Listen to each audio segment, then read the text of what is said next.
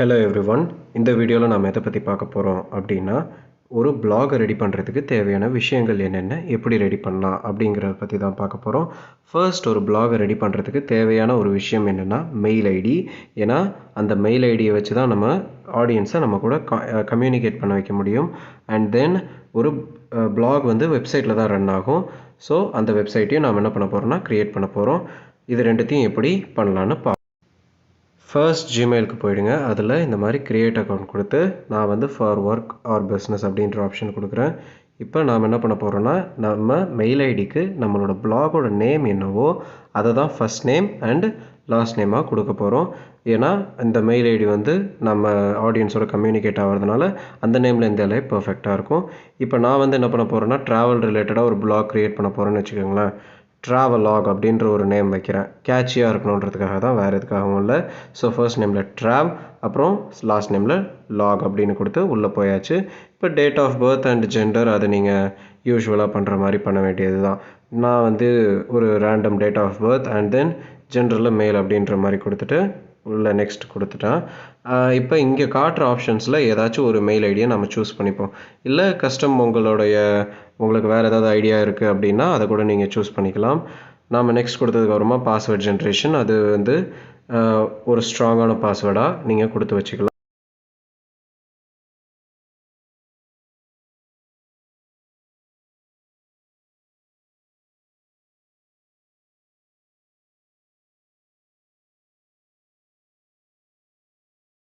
இப்போ அடுத்தது என்ன பண்ண போகிறோம் அப்படின்னா, நம்ம மொபைல் நம்பரை லிங்க் பண்ண போகிறோம்.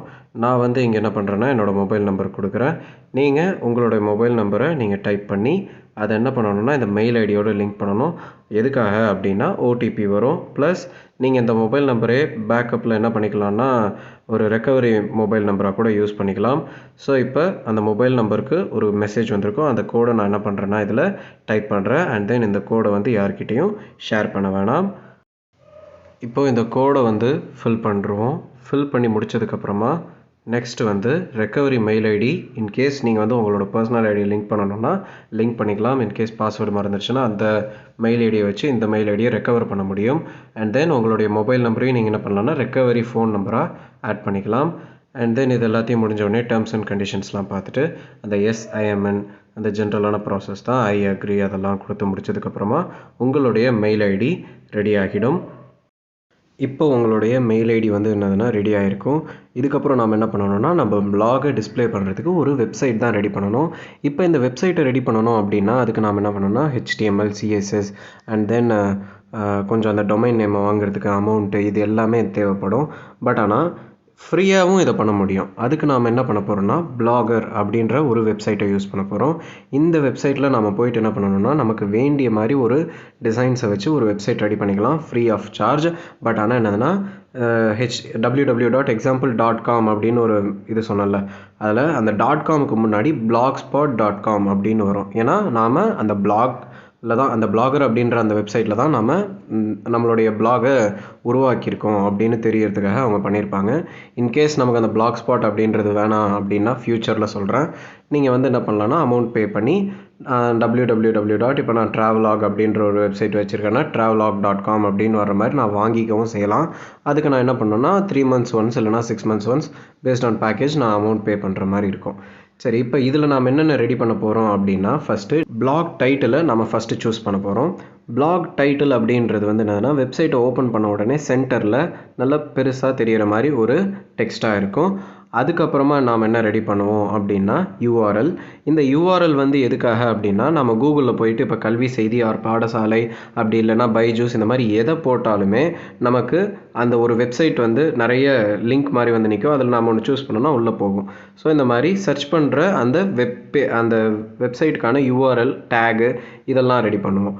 அடுத்தது மூணாவதாக என்ன ரெடி பண்ணுவோம் அப்படின்னா நம்ம பிளாகுக்கான அந்த டிஸ்பிளே நேம் டைப் பண்ணுவோம். அந்த டிஸ்பிளே நேம் வந்து எதுக்காக அப்படின்னா ரீடர்ஸ்க்கு நம்மளுடைய வெப்பேஜ் வந்து எப்படி தெரியணும், எப்படி அவங்க அது பார்க்கணும் அப்படின்னு விருப்பப்படுறோமோ அதுக்கேற்ற மாதிரி நாம் கொடுத்துக்கலாம்.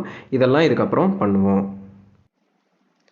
இப்போ உங்களுடைய மெயில் ஐடி வந்து என்னதுன்னா ஓப்பன் ஆகிடுச்சு. நாம் என்ன பண்ணுறோம்னா கண்டினியூ கொடுக்குறோம். எஸ் ஐ ஆம் இன். ஓகே, இது அப்புறமா பார்த்துக்கலாம். Got it.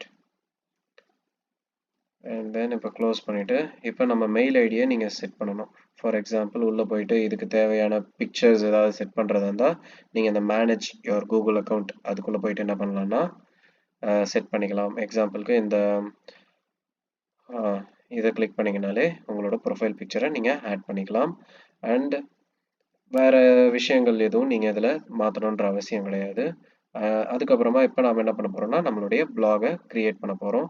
அந்த பிளாக் எப்படி க்ரியேட் பண்ணணும் அப்படின்னா கூகுளில் போயிட்டு BLOGGER பிளாகர் அப்படின்றத சர்ச் பண்ணுங்கள். இந்த ஃபர்ஸ்ட் தெரிகிற இந்த வெப்சைட்டை நாம் என்ன பண்ண போகிறோம்னா கிளிக் பண்ணி ஓப்பன் பண்ணிக்கோங்க. இப்போ கிரியேட் யுவர் பிளாக் அப்படின்னு நீங்கள் கேட்குதுல்ல, அதை நீங்கள் கொடுத்தீங்கனாலே உள்ளே சைன்இன் பண்ண சொல்லும். இந்த மெயில் ஐடியை தான் நாம் யூஸ் பண்ண போகிறோம். புதுசாக ரெடி பண்ண அந்த மெயில் ஐடி, அதுக்கான பாஸ்வேர்டு உங்களுக்கு தெரியும்.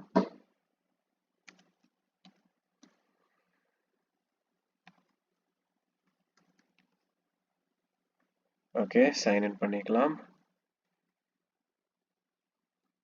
எஸ், சைன்இன் பண்ணியாச்சு. இப்போ நம்மளுடைய பிளாக் வந்து நாம் டைட்டில் கொடுக்க போகிறோம். அதே டைட்டில் தான், TRAVELOG. இது வந்து நான் ரெடி பண்ண நேம். நீங்கள் வந்து உங்கள் பிளாகுக்கான நேமை நீங்கள் சூஸ் பண்ணிக்கலாம். And then URL address TRAVELOG.